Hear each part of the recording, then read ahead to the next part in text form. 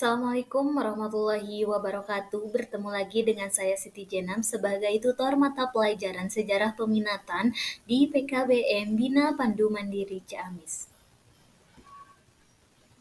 Pada kesempatan kali ini di kelas 12 semester 2, pada pertemuan yang terakhir kita akan membahas mengenai polarisasi kawasan. Silahkan disimak videonya. Yang pertama kita harus tahu dulu apa itu polarisasi kawasan. Polarisasi kawasan merupakan proses di mana suatu wilayah atau kawasan tertentu menjadi pusat pertumbuhan yang lebih menonjol dibandingkan dengan kawasan yang lainnya. Polarisasi kawasan mengacu pada pembagian atau pemusatan kawasan berdasarkan faktor sosial, politik, ekonomi, budaya, dan geografis yang menyebabkan kawasan tertentu menjadi lebih dominan atau berkembang dibandingkan dengan kawasan yang lainnya. Fenomena ini sering terjadi karena akibat yang pertama yaitu faktor geografis atau di dalamnya yaitu mengenai letak strategis di suatu kawasan itu. Yang kedua, faktor sejarah yang meliputi pengaruh kolonialisme, imperialisme, dan perdagangan.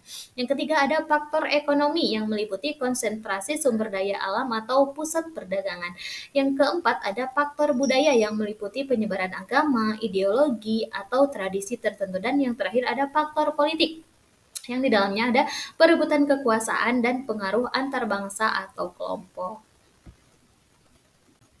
Yang kedua, kita akan membahas mengenai faktor-faktor yang menyebabkan adanya polarisasi kawasan.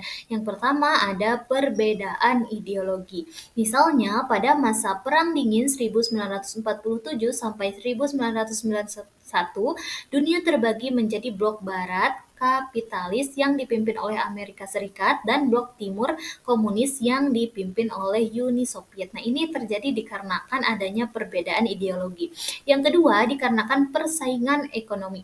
Persaingan antara negara-negara maju dengan negara-negara berkembang, contohnya ada blok perdagangan seperti Uni Eropa, PS Tiongkok, dengan Prakarsa Belt dan Road Initiative. Yang ketiga ada kepentingan geopolitik. Perebutan wilayah strategis atau sumber daya alam seperti konflik di Timur Tengah yang sering terkait dengan minyak bumi. Yang keempat, perbedaan budaya dan agama.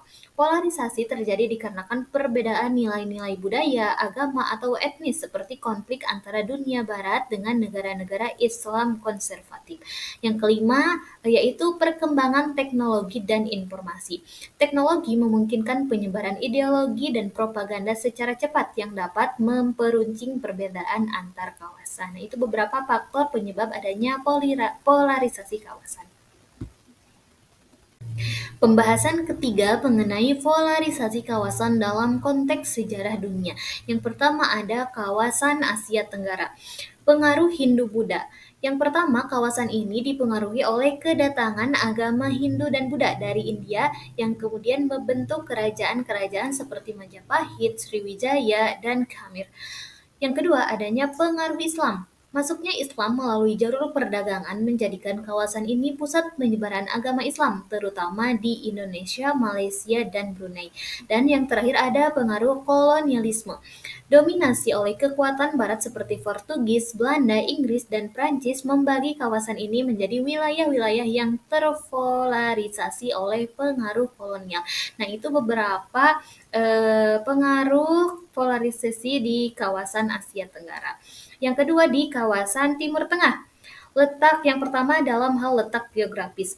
Sebagai penghubung antar Eropa, Asia, dan Afrika, kawasan ini menjadi pusat peradaban kuno atau Mesopotamia dan agama besar yaitu Islam, Kristen, dan juga Yahudi. Yang kedua, kontrol sumber daya.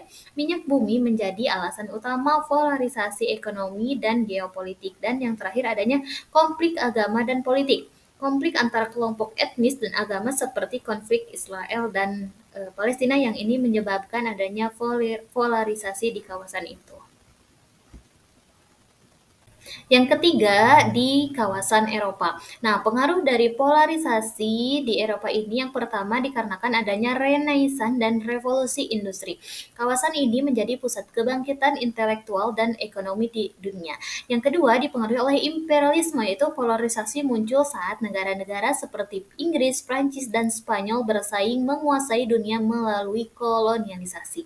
Yang ketiga, dikarenakan adanya perang dunia, yaitu polarisasi kawasan diperkuat oleh blok sekutu dan poros selama adanya perang dunia. Yang keempat, di kawasan Afrika yang dipengaruhi oleh kolonialisme dan perbudakan. Afrika menjadi kawasan yang terpolarisasi akibat eksploitasi oleh bangsa Eropa. Yang kedua, dikarenakan kebangkitan nasionalisme. Setelah Perang Dunia II, banyak negara di Afrika yang memperoleh kemerdekaan, tetapi masih menghadapi tantangan akibat perpecahan internal. Yang kelima, di kawasan Amerika. Polarisasi di kawasan Amerika terjadi dikarenakan yang pertama ada kolonisasi. Amerika Utara dan Selatan terpolarisasi oleh pengaruh Spanyol, Inggris, dan juga Prancis. Yang kedua, dikarenakan adanya revolusi Amerika dan industri. Amerika Serikat menjadi kekuatan global, sementara Amerika Latin menghadapi tantangan pembangunan. Itu beberapa polarisasi kawasan dalam konteks sejarah dunia. Nah, yang selanjutnya kita akan membahas mengenai dampak polarisasi kawasan. Yang pertama yaitu ada dampak positif. Yang pertama, untuk mendorong pertumbuhan ekonomi di kawasan tertentu. Jadi dengan adanya polarisasi kawasan ini dapat mendorong pertumbuhan ekonomi di kawasan tertentu saja. Yang kedua yaitu untuk meningkatkan inovasi dan pengembangan budaya. Yang ketiga, untuk menciptakan pusat peradaban atau pergerakan intelektual. Dan yang lainnya yaitu untuk mendorong integrasi kawasan, yaitu polarisasi sering memotivasi negara-negara dalam kawasan yang sama untuk bersatu, misalnya pembentukan Uni Eropa.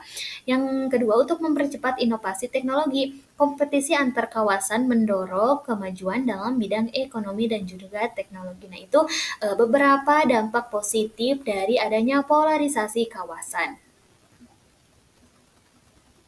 Selain dampak positif, di sini juga ada dampak negatif dari adanya polarisasi kawasan, yaitu yang pertama yaitu adanya ketimpangan sosial dan juga ekonomi. Yang kedua ada konflik politik dan militer, dan yang ketiga ada eksploitasi sumber daya alam dan manusia. Secara lebih terperinci yaitu dampak negatif dari polarisasi kawasan yaitu adanya ketegangan dan konflik global, di mana polarisasi dapat memicu perang atau konflik bersenjata seperti yang terjadi selama Perang Dingin. Yang kedua, kesenjangan global. Polarisasi dapat menciptakan ketimpangan antara negara-negara maju dan juga berkembang. Dan yang terakhir, hambatan perdagangan. Polarisasi juga sering memunculkan blokade ekonomi atau tarif tinggi. Nah, itu beberapa dampak negatif dari adanya polarisasi kawasan. Yang terakhir, kita akan membahas mengenai upaya mengatasi polarisasi kawasan, yaitu ada kerjasama multilateral. Mengembangkan forum internasional seperti PBB, G20, dan WTO untuk menyelesaikan konflik dan menciptakan kerjasama global. Yang kedua, peningkatan dialog antar budaya yang di dalamnya yaitu memperkuat toleransi melalui pendidikan dan diplomasi budaya. Yang ketiga yaitu pembangunan ekonomi yang inklusif yang mencakup peningkatan kesejahteraan di negara-negara berkembang untuk mengurangi kesenjangan ekonomi global. Dan yang terakhir yaitu diplomasi internasional yang mencakup negara-negara memainkan peran sebagai mediator untuk meredakan ketegangan. Nah, itu merupakan beberapa upaya dalam mengatasi adanya polarisasi kawasan. Sekian materi yang dapat saya sampaikan pada pertemuan kali ini, mudah-mudahan dapat bermanfaat dan jangan lupa untuk mengerjakan penilaian di link pembelajaran daring. Wassalamualaikum warahmatullahi wabarakatuh.